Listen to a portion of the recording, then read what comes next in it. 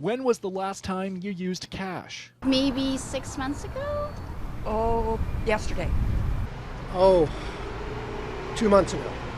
With a purchase just a tap of the card away, carrying cash is slowly becoming an outdated trend. But in Victoria, it's a bit of a different story. A report conducted during the pandemic by a company named Square looked at how Canadians were making purchases at local businesses, examining how millions of transactions in each city were made, and found that 31% of the purchases made at businesses in BC's capital were made by cash, the highest rate of any major city in the country. But the man behind the study says this isn't a new trend. This isn't anything new to Victoria.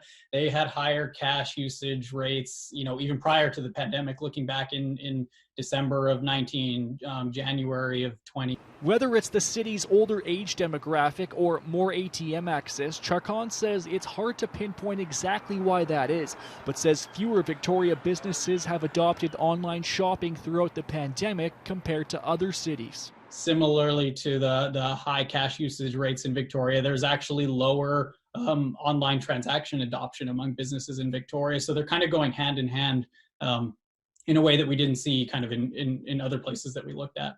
Early on in the pandemic, many businesses stopped accepting cash to cut out the unnecessary transaction of the bills. But now, as we've learned to live with the virus, they say whether it's cash, credit, or debit, it really doesn't matter. But what it does is that you continue to come down and support local. There's not as much traffic, there's not as many tourists coming down here, there's not the cruise ships. So just coming out and supporting local, whether it's cash or card, just try your best to support those small businesses instead of going to bigger companies.